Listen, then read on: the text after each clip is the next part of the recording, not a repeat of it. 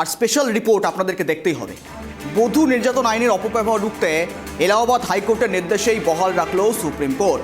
মঙ্গলবার সুপ্রিম কোর্টের প্রধান বিচারপতি BR গাভাইয়ের বেঞ্চ পরিষ্কার জানিয়ে দিল, এখন থেকে ওই নির্দেশিকা মেনেই চলবে তদন্ত এবং গ্রেপ্তারি প্রক্রিয়া। বধূ নির্যাতনের আইন যেন কারো ব্যক্তিগত ক্ষোভ মেটানোর হাতিয়ার হয়ে না ওঠে, তাই নির্দেশ দিয়েছে দেশের সর্বোচ্চ আদালত।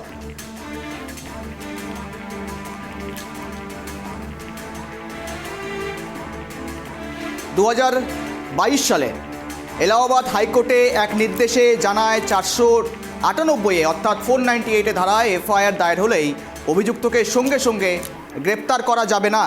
FIR দায়েরের পর 2 মাস সময় দিতে হবে তদন্তের জন্য। এই সময়কালকে বলা হয়েছে কুলিং পিরিয়ড।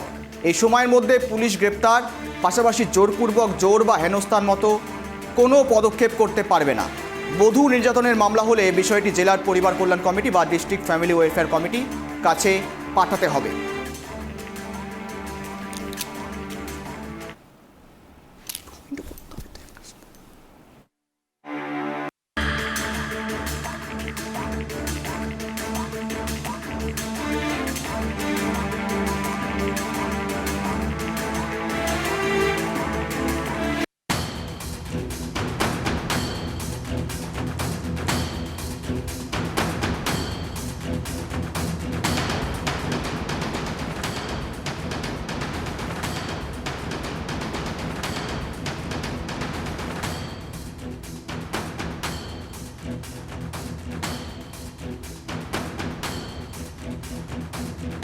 যেদিকে নজর রয়েছে আমাদের, এলাহাবাদ হাইকোর্টের নির্দেশই বহাল সুপ্রিমে।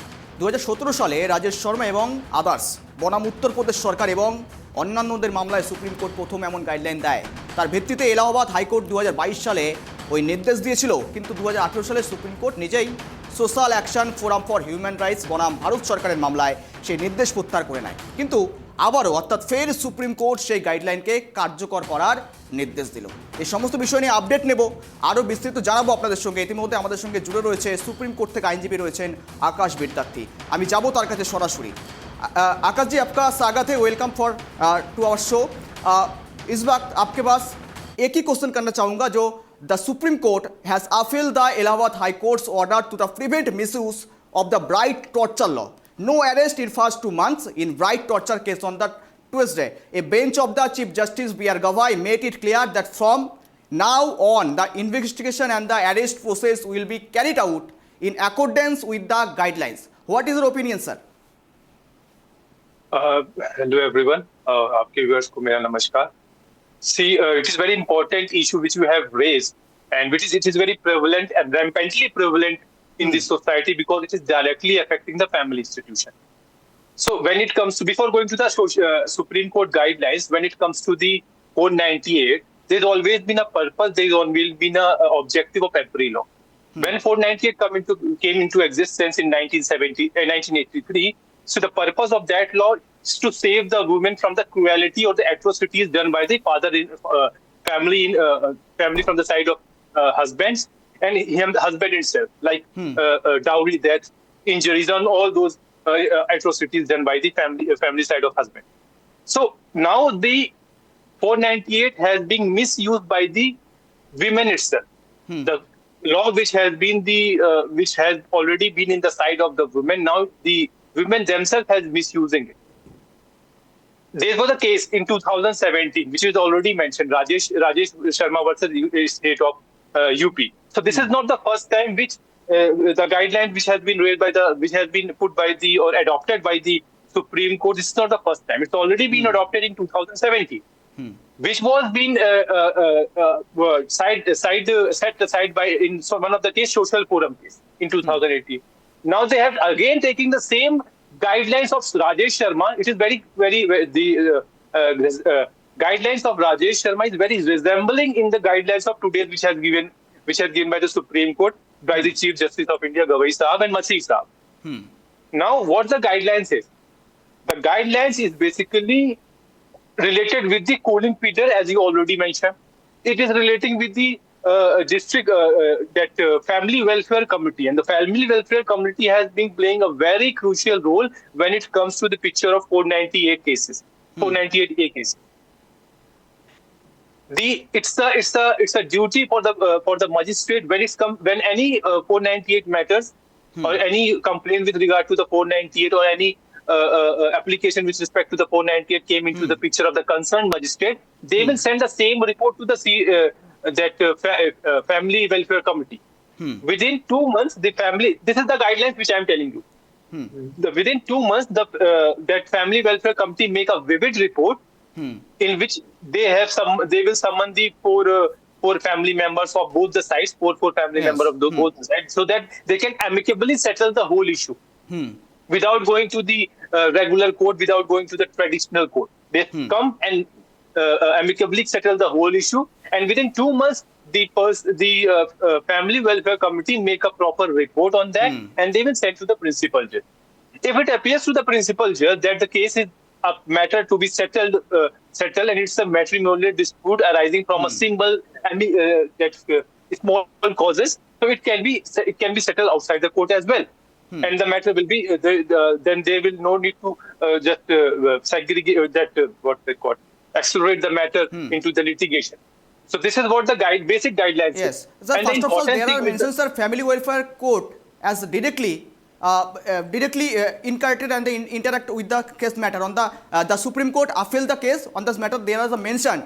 The social welfare committee also has been created all this matter. Yes, actually the chairman of the social welfare committee itself the principal judge, itself the district and session judge. So it directly or indirectly it is a quasi matrimonial platform. It's a quasi matrimonial platform in which the person, the mediator, involving other members, there would be 3 members. The other 3 members will decide amicably in presence of the family members of both the parties. Both the parties means husband and wife. Yes. So this is the best thing our Supreme Court can do, because when it comes to the family matter, so there are lots of emotion which already fluctuating, and they all are having a high emotion. So it is very difficult for them to to deal with such issue. And the most important thing, the members will be the young mediator, not the old one, because some old advocates have the tendency to accelerate the matter. So when it comes to the young mind, when young people will come, they will try to make the way, not to go to the limitation, rather to settle it amicably on the same platform, which is the family welfare platform.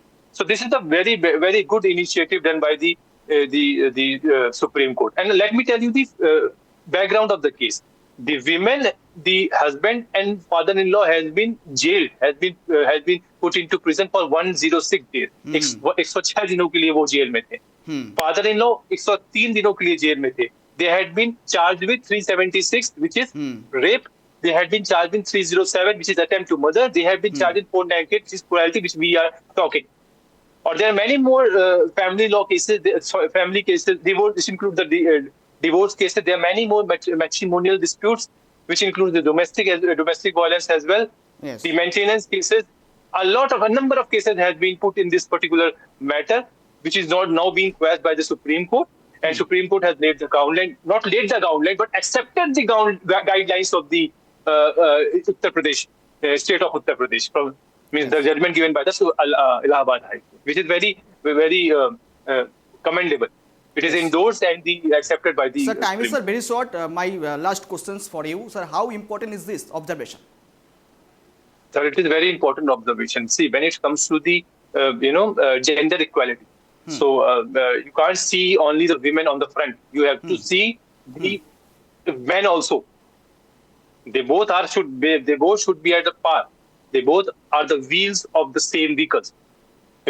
So we need to be very focused with the laws regarding the security and protection of the man as well. You can't use the law against the person whom you are getting protected. You know what I'm saying? You can't use that law, the person whom you get protected. So it's a very thing. Law can be used by anyone if he knows the law. So we should make such law so that it cannot be affect any section of the society, whether it is vulnerable, whether it is powerful. The law should be neutral. The law should be clear with the point that it should save the vulnerable section. Vis-a-vis, it will protect the powerful persons also. Means not powerful exactly the person who are in the majority. So the law should be in balance. We can't make the law on one-sided. Yes, sir. Thank you very much, sir, for join here. Thank you, sir. Akash Kumar Vidyarthi join with us. মঙ্গলবার supreme court জানিয়েছে যদি অভিযোগকারীর শরীরে কোনো আঘাতের চিহ্ন না থাকে এবং অভিযোগপত্রে বর্ণিত অপরাধের সর্বোচ্চ সাজা 10 বছরের কম হয়, তাহলে এফআইআর দায়েরের পর সংশ্লিষ্ট থানার মাধ্যমে মামলাটি পারিবারিক কল্যাণ কমিটির কাছে যাবে। এই নিয়মকে বাধ্যতামূলক হিসেবে মেনে চলতে হবে পুলিশকে। আর দেখুন, ভৌগোলিক এবং আয়তন দিক থেকে যে জনসংখ্যার ভিত্তি দেখেন, প্রতিটি জেলায় কমপক্ষে এক বা একাধিক এমন পরিবার কল্যাণ কমিটি থাকতে পারে, অর্থাৎ ডিস্ট্রিক্ট ওয়েলফেয়ার কমিটির কথা বলছি, যে কমিটিতে ন্যূনতম 3 সদস্য থাকবেন।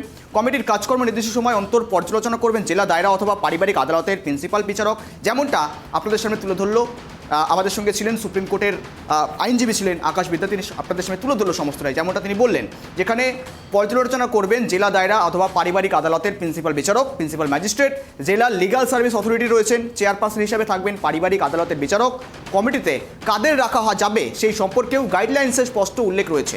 আর ম্যাজিস্ট্রেটের থেকে অভিযোগ পেয়ে কমিটিকে দ্রুত অভিযুক্ত দুই পক্ষ সহ পরিবারের অন্তত 4 জন বর্ষিয়ান সদস্যকে ডেকে আলোচনার মাধ্যমে সমস্যার সমাধানের চেষ্টা চালাতে হবে। কমিটির রিপোর্ট খতিয়ে দেখে পদক্ষেপ করবেন ম্যাজিস্ট্রেট এবং তদন্তকারী অফিসাররা। কিন্তু কি বলুন তো, এই মামলায় অত্যন্ত গুরুত্বপূর্ণ একটা বিষয়, এই মামলায় এক মহিলার অভিযোগের ভিত্তিতে তার স্বামী এবং শ্বশুরকে প্রায় 100 দিনের বেশি সময় ধরে জেলবন্দি থাকতে হয়েছিল শুধুমাত্র ব্যক্তিগত সহিংসতার কারণে। পরে জানা যায় যে অভিযোগে ব্যক্তিগত আক্রোশ ছিল। শীর্ষ আদালত মামলাটি খারিজ করে দিয়ে স্পষ্ট জানায় আইনের অপব্যবহার বরদাস্ত কখনোই করা যাবে না। এমনকি আদালত সেই বিবাহ ভেঙে দেওয়ার নির্দেশও দেয়। শুধু তাই নয়, বিচার শেষ স্ত্রী এবং তার পরিবারকে সংবাদপত্রে বিজ্ঞাপন দিয়ে নিঃশর্ত ক্ষমা প্রার্থনার নির্দেশও দিয়েছে আদালত। ইনস্টাগ্রাম, ইউটিউব, অন্যান্য একই রকম প্ল্যাটফর্মে সোশ্যাল মিডিয়ায় একই পদ্ধতিতে ক্ষমা চাওয়ার জন্য নির্দেশ দেওয়া হয় সেই পরিবারকে। এরপর থেকে এই গাইডলাইন্স এখনও পর্যন্ত গোটা দেশ জুড়ে চালু থাকবে যতক্ষণ না পর্যন্ত সুপ্রিম কোর্ট এই অর্ডার, এই নির্দেশকে উঠিয়ে নিচ্ছে, ততক্ষণ পর্যন্ত কিন্তু আগামীতে যে সমস্ত কেস বা এফআইআর দায়ের করা হবে এই 498 এর ধারায়, সেখানে কিন্তু পুরোপুরিভাবে 2 মাস পর্যন্ত সেই অ্যাকুয়েস্টকে কোনো রকমভাবে গ্রেপ্তার করা যাবে না। আগে চলবে তদন্ত, তারপর চলবে গ্রেপ্তার।